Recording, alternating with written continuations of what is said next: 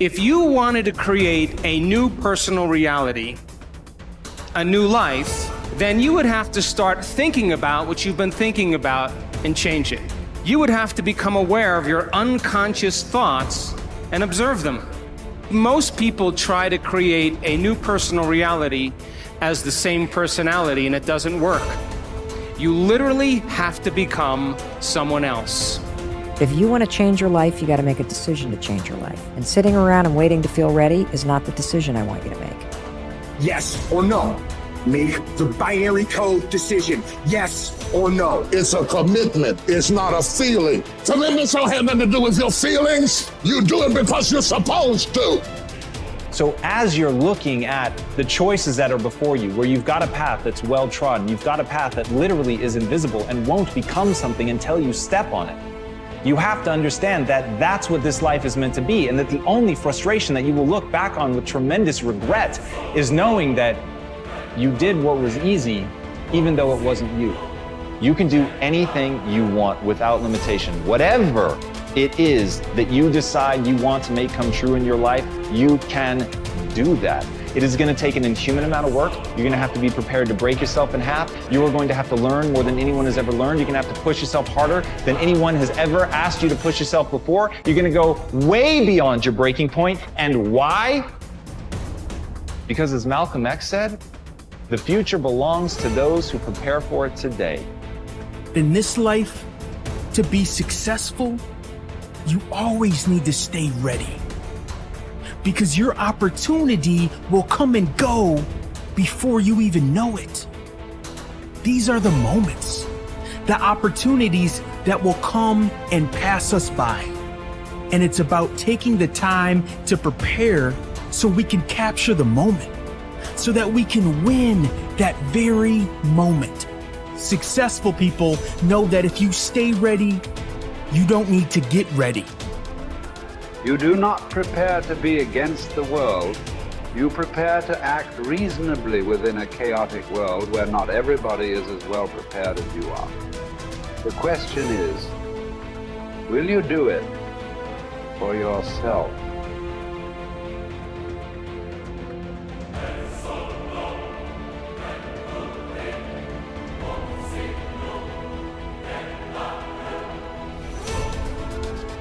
Manifesting is intentionally training your brain and your nervous system to believe in something that hasn't happened yet.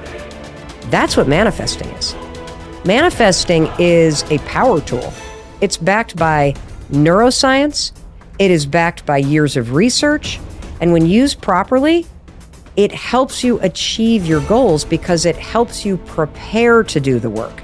I use science-backed manifesting tools every single day to shut down the negative conversations in my life and to live a big life and to take big risks. And dude, Olympic athletes use manifesting.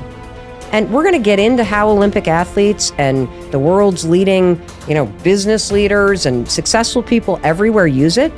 But I'm telling you right now, the way you shut down your internal conversation that is holding you back is manifesting. Manifesting is one of the first things you have to learn how to do to get started on making this a reality. So what is manifesting?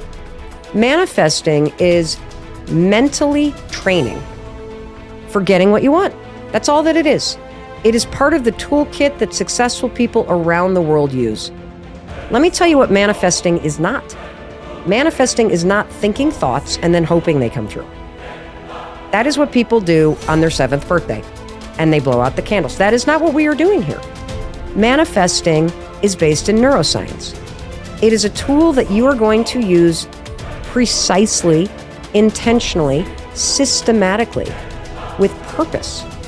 Because you use manifesting to rewire your mind and your body and your spirit to help you do the work to achieve your dreams.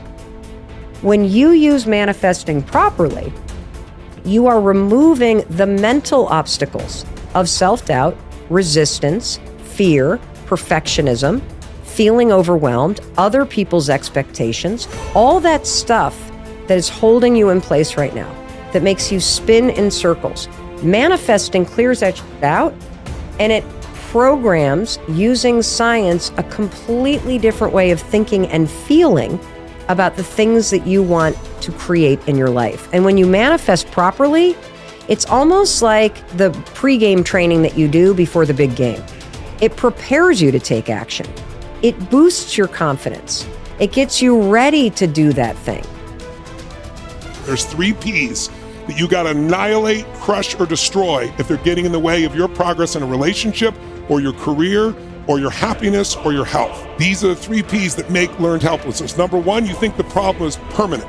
Once you've had enough disappointment, sometimes your brain doesn't want to get disappointed, so it's a permanent problem.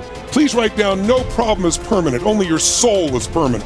Nothing's forever. Everything changes, everything eventually ends, and something new begins. That's part of life. Those are the seasons of life. The second P that keeps people in learned helplessness so they don't change, this belief's got to be annihilated, broken through, and that it's pervasive. That means that because my relationship's not great, my whole life is horrible. Then you're forgetting you do have health, or you do have friends, or you do have a job, or you do have whatever. I can breathe. And the third one is we think the problem is personal. There's something wrong with me. And if you start believing that, it becomes self-fulfilling. You give up. See, I'm not good enough. I'm not beautiful enough. I'm not smart enough. I always screw it up. So those 3 P's got to be destroyed. If we don't have a sense of purpose, then you're doing the thing you're doing just for the sake of doing it, right? Like I'm making money just for the sake of money. I'm turning this wrench just for the sake of turning this wrench. And when we do things that contribute to something else, contribute to something bigger, it gives our lives and our work meaning. And when we have a sense of meaning, when we have a sense of purpose, it does many, many things to us. It builds our self-confidence. It makes us better decision makers. It makes us better in relationships. And at the end of the day, it makes us enjoy our lives and find fulfillment in in our work. And I think so often, and I think there's a lot of people don't think about it this way. They don't think about what's the purpose of all of this. Like, what's the reason I'm doing all of this? We usually default to, I got to pay my bills. That's a function, because I was told to do it. Because everybody has to work, or because I'm just trying to, I want to make this company the biggest or the best. To what end? To what value? And so to truly understand purpose, I think, like I said, it sort of just has positive effects all over the place. In the real world, we miss. Sometimes by a lot, but we have to keep trying. The more we work on it, the better we get. The more shots we take, the more times we'll hit the target and the more good we'll do. When a philosopher, he said, is exhorting, persuading, rebuking, or discussing some aspect of philosophy, if the audience pour forth trite and commonplace words of praise in their enthusiasm and unrestraint, if they even shout, if they gesticulate, if they are moved and aroused and swayed by the charm of his words, by the rhythm of his phrases, and by certain rhetorical repetitions, then you may know that both the speaker and his audience are wasting their time, and that they are not hearing a philosopher speaking but a flute player performing. But this inner battle, as Martin Luther King Jr. would later call the Civil War between the North and South of our souls, rings true to any person with a shred of self-awareness. We have competing parts within us, and what matters in life is which side we choose to turn ourselves over to.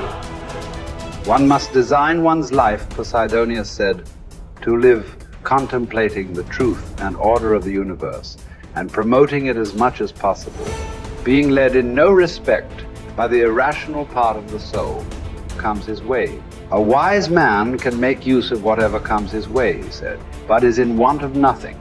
On the other hand, he said, nothing is needed by the fool, for he does not understand how to use anything, but he is in want of everything. There is no better definition of a Stoic. To have but not want, to enjoy without needing. The ending day sees them brought low. If the breaking day sees someone proud, the ending day sees them brought low. No one should put too much trust in triumph. No one should give up hope of trials improving.